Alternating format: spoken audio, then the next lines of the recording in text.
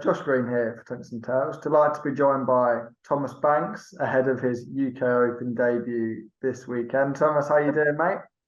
Yeah, I'm good. You? I'm very well, very well. Must be a really proud moment for yourself coming up with a big stage debut for you after all you've been through in the last few months working up to it. Yeah, it's nice to get over that line at such a young age because like it's really good for me just to experience on the PBC stage again, and just it's what I want to do in life. So it's just that step forward. Yeah. How long have you been playing at this sort of level? I think I started to notice what you were doing last year on the JDC tour, but that's the first where you really started to step it up. Is that how it's been for you? Well, I've come on like really quickly, and I've always like loved darts. My family have owned a pub before, and we've all been around that darts like area. My uncle played in the UK Open before, back when it was in Bolton, I think. But I started like the JDC and the England Grand Prix and like the WDF system when I was like 14, and then it's kind of pushed on from there, and I've gradually like upped my standard a lot, and I'm happy to be in the place I am now. Yeah. Is your uncle still playing? Is he playing decent darts? He used to. He doesn't really play like that much anymore. It's kind of local league for him, and just that's all it is really. Yeah. Has he been able to give you any sort of tips and tricks and things going in something like this? I know it's a while ago he would have played in this tournament, but any experience is useful, I guess. Yeah, I mean, he talked to me about just like enjoying it, and that's my main goal. Really, what to do this weekend coming, because I'm thankful I got buy into the second round. Like that's like one. Like I think there was two spaces open. Yeah. And thankfully I got one, but that could be a good step. That could be a bad step. It just depends how the game goes. But just for me, it's all experience, and that's all I'm getting from like my family and especially my uncle. Just take it as experience and move on to like getting that experience before you get older, so you have that bit like just locked in you, so you know what to do for like next year's Q school I might attend. But just thinking like just have that experience and just keep that pushing on and pushing on like even further to what I am doing now is just that's the main goal really, and that's what everyone's telling me. Yeah, that's good words. The sort of things you want to be hearing. How did you sort of get into darts? You mentioned 14 was where you started to do things like the WDF and maybe JDC and things like that. But how did your sort of interest in darts come about? Well, my mum was played a bit on the women's, like when my uncle was playing, and I've grown up in a pub, so I've been around that environment of like darts and pool and snooker a bit. And like I just picked darts. When I was younger, I was a football boy. I wanted to play football. After my cousin, after my uncle as well, and after my granddad. But it kind of got to the point where I was like, right, I have to pick one or the other. And I chose to pick darts, and that's when I started the JDC and the WGF just after lockdown, because you can still play darts in lockdown, whereas football was a bit like different.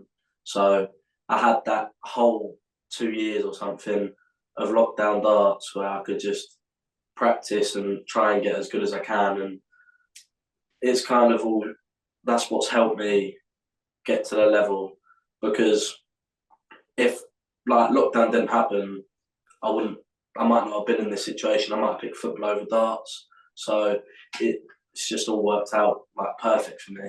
Yeah, I think a few players have actually said that to me, that sort of 18 months or whatever it was of lockdown, they had that chance to concentrate and they could go on the board for 3-4 hours a day and it didn't really matter. Obviously, in their case, it was more work, whereas you weren't in school so much. But was it a case of just you could get up in the morning and you could just play darts for as long as you want? Yeah, like my school was different, so we didn't have Zoom meetings or anything. So I could literally they'd send us work and I wouldn't do it, which it's like a bad thing to do, but because school's obviously important with the GCSEs and I'm in my GCSE year this year. But that like year of school where I just didn't do anything apart from playing darts, it's just that's I think what's been the making of me. Just I know it was a bad time for many people, but for me personally, it was the time to knuckle down on my darts and see what I had like in store. So Let's talk about JDC a little bit. I was at the Masters and saw the final between you and Luke on that stage. One of the best games of the day, actually. Watching you and Luke up on that stage. What was the experience like being in front of a crowd? Because there were quite a few people in there on a TV stage. yeah, it was a good experience.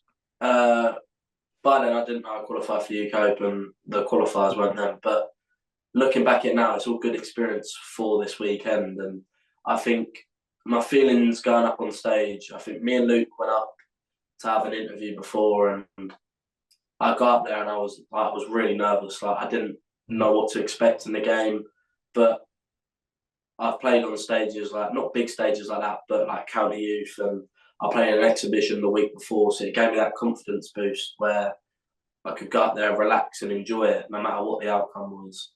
And I knew in me I could beat Luke, and anyone can beat anyone. Like it's just on the day, but I missed chances. Luke hit them, and that's what I've got to look back on and improve on before this weekend. I know there's only a short space now, but I've been improving every single day. Like practicing with George Killington last night, that was really good practice. Like, I think we both had a few 90 averages, and just over like best of 11 legs, it's helping me a lot more from playing these longer formats like the Super 16 was.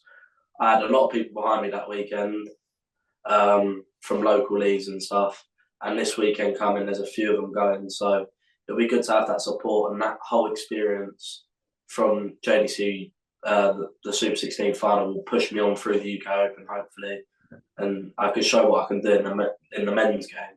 Yeah, you mentioned that exhibition. Now, somebody did tell me that you beat Vincent Van der Voort in that exhibition. Am I right there? Yeah.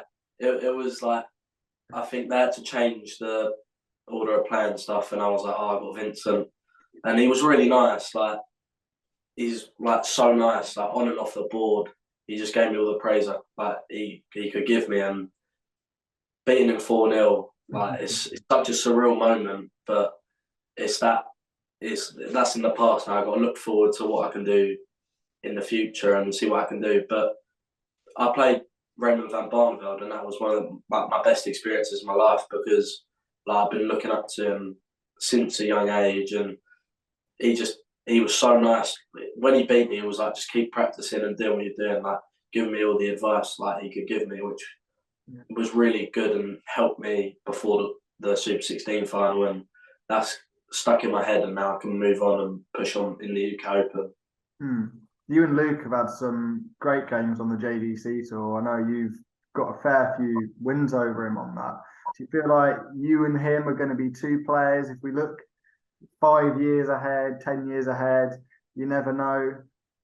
It could be yourself and Luke in these big situations. It could be, but then like it all comes down to how you like react with like media and stuff, because it can be like off-putting with the media, but it's what I'm thankful for is I haven't had many like news articles about me and stuff, so I haven't been on the spotlight, which has kind of helped me stay under the radar to the point where I can push on without anyone noticing and be one of them like secret players that can just show people what they can do. And I think that's what has helped as well, just being that teenager that is like not behind Luke as such, but just isn't getting the media attention as much as he is. It really helps me because I'm not thinking about that and I'm not feeling any pressure on my shoulders or anything.